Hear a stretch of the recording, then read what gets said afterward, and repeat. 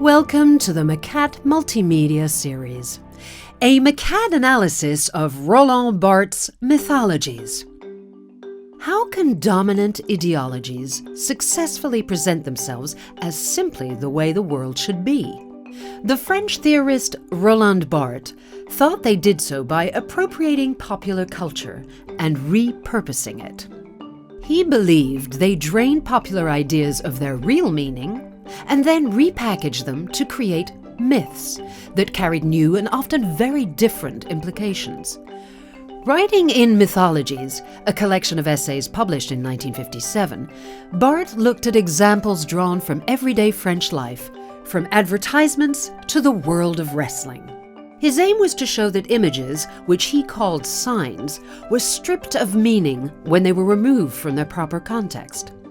The result, he thought, was the spread of a uniform, unthreatening, and above all, bourgeois ideology, a comfort blanket of myth that might be cozy and reassuring, but could easily prove stifling.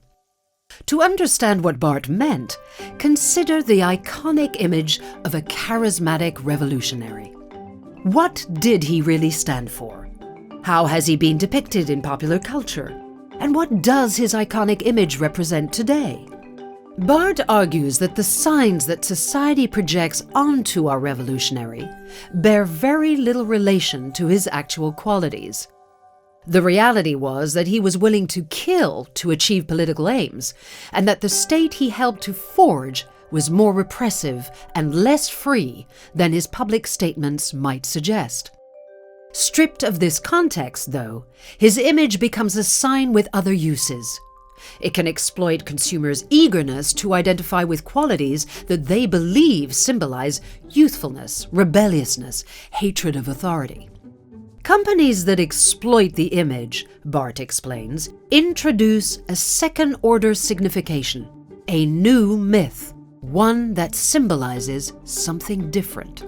It's an image drained of real meaning, one that no longer refers to the revolutionary's real beliefs.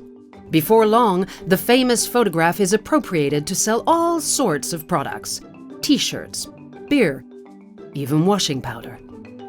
So when Sophia goes to a shop and buys a t-shirt with our revolutionary's face on it, she thinks she's making a statement about her individualism, rebellion, and anti-capitalism, when in truth, the image is now a capitalist commodity.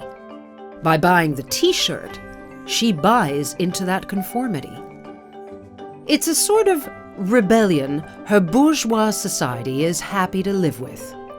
Popular culture has taken a real person whose real ideas posed real danger and turned him into an image which, Barthes would point out, has been safely reinvented as myth. Roland Barthes' writings have had a huge influence on the ways that critics seek to deconstruct and examine meaning. A more detailed examination of his ideas can be found in the Macat Analysis.